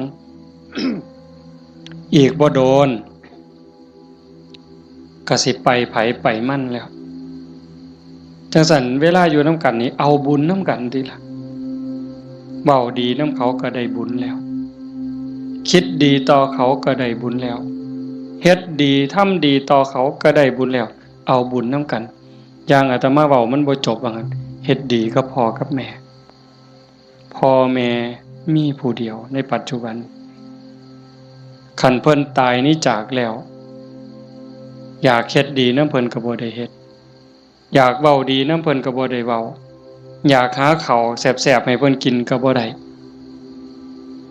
จังสั่นอยากให้เพิ่นกินหยังก็ให้เพิ่นกินซะอย่าจะไปจุดเทียนซะก่อนจังเอิ้นกินเด้บ่ได้กินเด้นั่นอยากเว้าดีๆนำเพิ่นก็เว้าตอนเพิ่นได้ยินอย่าจะจุดธูปเพิ่นอีแม่เอ้ยฟังเทศเด้อพี่บ้าแนวนั้นบ่ทันคิดว่าเพิ่นเสร็จขี้เฮาจักเทื่อจำบ่ได้มื้อนี้ถามโยมว่าผู้ใดท่านเสร็จขี้ให้พ่อให้แม่เนี่ยแล้วเพิ่นอาบน้ำเสร็จเนื้อเสร็จตัวให้เฮาจักเทื่อถามโยมว่าเสร็จให้เพิ่นจักเทื่อแล้วคือกันป้อนข้าวป้อนน้ำเพิ่นป้อนเฮาจักเทื่อเหยียดขาซอยลอยเอาลูกเหยียดขาไปนำแม่ลูกนี่ขาแข็งนี่เนาะตีนอยู่กับตีนแม่แต่ว่าหัวหนุนเข่าย่ำเข่าปนกับกล้วยมกใบตองเหย้าจำได้อยู่บ่โยมหางสอนต่อยปั๊บใส่ปากต่อย4เทื่อ5เทื่อก็บ่ทันหมดอันน้อยๆนะหมดข้าวมกหมดเอามือจุ่มน้ำหยดป๊อกป้อนบ่ทันแล้วขี่พวดใส่ขาเครียดก็บ่เครียดจมก็บ่จมเซ้ยเห็นบ่มื้อนี้มีผู้ใดท่านได้เฮ็ดแน่อาตมาก็บ่ทันได้เฮ็ดคือกันเฮาสิเป็นหนี้บุญคุณเพิ่นส่ำใดจังซั่นเพิ่นจากไปแล้วแนวอยากเห็นแนวอยากฮู้สมมุติว่าจิตวิญญาณเพิ่นล่องลอยฮู้เห็นเฮาอยู่อยากเห็นลูกฮักกันอยากเห็นหลานฮักกันทุกข์ยากก็ซอยเหลือแบ่งปันคือพี่คือน้องอย่าใส่เฮ็ดคือบางซุ่มเด้บางซุ่มนี่จูงแขนกันขึ้นโลงขึ้นศาลจะแม่นเพิ่นเก่งหลายน้องกับอ้ายฟ้องกันบ่แล้วโอ้ยจะแม่นพี่พ่อแม่สิเป็นทุกข์หลายจังว่าเฮาบ่เอาแนวนั้นเด้อมื้อนี้สมควรแก่การเวลาใส่เวลามาชั่วโมงเกือบครึ่งอะโยม25นาที26นาทีก็เห็นว่าสมควรแก่การเวลาขออนุโมทนาสาธุทุกคนทุกท่านน้อเจ้าภาพบ่อ่านก็ได้ดอกถือว่าทุกคนคือเจ้าภาพหมดมื้อนี้เฮาตั้งใจอุทิศบุญกุศลที่เกิดที่มีส่งไปถึงดวงจิตวิญญาณของโยมพ่อใหญ่ทองมาแม่ใหญ่ที่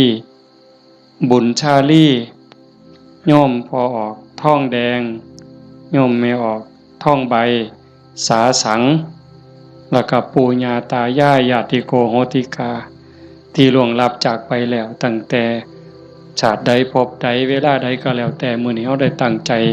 อุทิศบุญกุศลส่งไปถึงท้ายที่สุด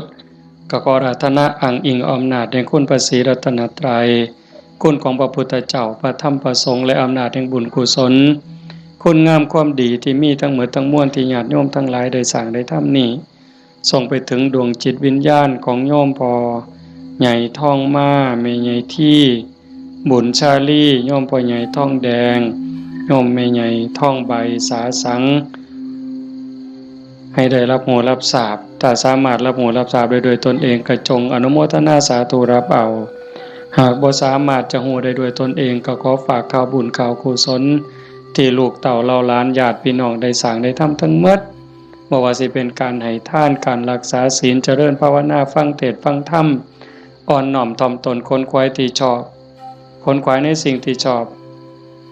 อุทิศส่วนบุญอนุโมทนาบุญทำความเห็นในถูกต้องถูกตรงนี้ฝากไปกับเหล่าเทพเทวดาพระนางธรณีภูมิญาณวิถีอันเป็นทิพย์ จงนำข่าวบุญข่าวกุศลส่วนนี้ไปแจ้งแก่ดวงจิตวิญญาณของโยมพ่อใหญ่ท่องมาแม่ใหญ่ที่บุญชาลีพ่อใหญ่ท่องแดงแม่ออกท่องใบสาสังให้ได้รับหูรับทราบแล้วจงอนุโมทนาสาธุรับเอาหากว่ามีความทุกข์ก็ขอบุญกุศลส่วนนี้ทายถอนให้ได้พ้นไปจากความทุกข์หากว่ามีความสุขดีอยู่แล้วก็ขอบุญกุศลส่วนนี้จงส่งเสริมให้ได้มีความสุขยิ่งขึ้นไปสุดท้ายก็ขอให้บุญกุศลเหล่านั้นจงสะท้อนย้อนกลับมาปกปักรักษาคุ้มครองญาติโยมสุขสุขคนให้เป็นผู้มีสุขภาพกายสุขภาพจิตที่แข็งแรงอายุมั่นขวัญยืนมีความสุขกายสุขใจปรารถนาสิ่งหนึ่งประการใด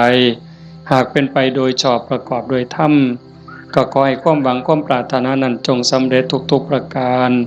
โดยทั่วกันทุกท่านทุกคนเถิดจังไปฟังอย่าหมอมันมีของใหญ่เด้อใหญ่เด้อไปนู่นกุลมเด้อแจ้งให้ทราบปัจจัยที่ญาติโยมถวายในมื้อนี้เด้ออาตมาสิเอาเมื่อวัดส่วนหนึ่งสิไปซื้อขี้ดินได้ยินอยู่เนาะว่าในวิทยุเนาะสิซื้อขี้ดินเพื่อให้บุญกับโยมพ่อใหญ่แม่ใหญ่นำนี่ล่ะอีกส่วนหนึ่งอาตมาสิเอาไปทอดกฐินปีนี้อาตมาเป็นเจ้าภาพทอดกฐินไปทอดอำเภอเสรภูมิจังหวัด101มื้อวันที่25มีผู้สิไปนำบ่วันที่25หลังจากทอดที่วัดโน่นกุลมแล้วเดี๋ยวสิบอกทั้งวิทยุดอกขันมีผู้สิไปนำก็บอกบ่ต้องบอกชื่อก็ได้ว่ากลุ่มขาน้อยมีจักคนขันหลายก็สิเมารถบัสแล่นรวยๆเมาก็ถ่าอยู่นี่ละปากทางนี่พากันไปถ่าอยู่หั่นมาจอดปั๊บก็ขึ้นเลยขากลับก็มาจอดหั่นก็แล้วแต่สิมาบัดนี้ บ่มาก็อยู่หั่นล่ะเด้อฟังทางวิทยุพระเอาบุญคักๆหาจากถ่าให้โดนคนนี่หากะลามันบ่ยืนอาจจะพาเฮ็ดบุญเด้อเอามื้อนี้เอาปัจจัยไปก็เพื่อเฮ็ดบุญอย่างว่านี่ล่ะเอาเป็นจังได๋คิดเขาก็คิดออกบ่ค่าน้ำค่าไฟ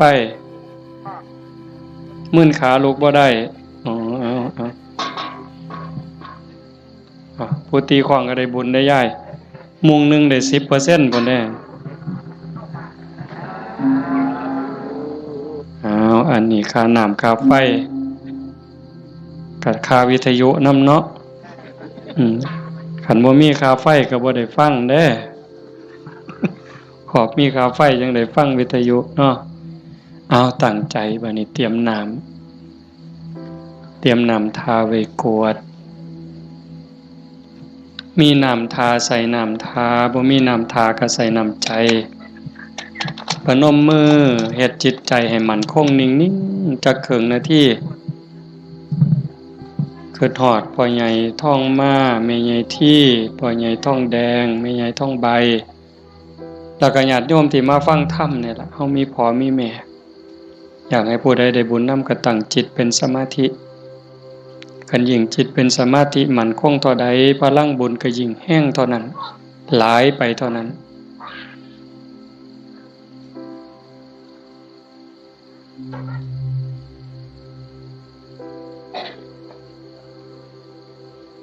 ยะถาวาริวหาปุราปาริปุเรนติสาครังเอวะเมวะอิโตทินังเปตานังอุปกัปปติอิจิตังปฏิตังตุมหังคิปเมวะสมิจจตุสัพเพปุเรนตุสังกปาจันโทปนรโสยะถามณิโชติรโสยะถาสัพพิติโยวิวัชชันตุสัพพโรโควินัสสตุมาเตภวัตวันตรายโยสุขีทีขายุโกภวะอภิวาทนาสีริสนิจจังวุธาปจายโนจัตตารโอธัมมาวัฏันติอายุวันโนสุขังพลังภวตุสัพพมังคลังรักขันตุสัพพเทวตาสัพพพุทธานุภาเวนะสัพพธัมมานุภาเวนะสัพพสังฆานุภาเวนะ สทธาโสธีภะวันตุเต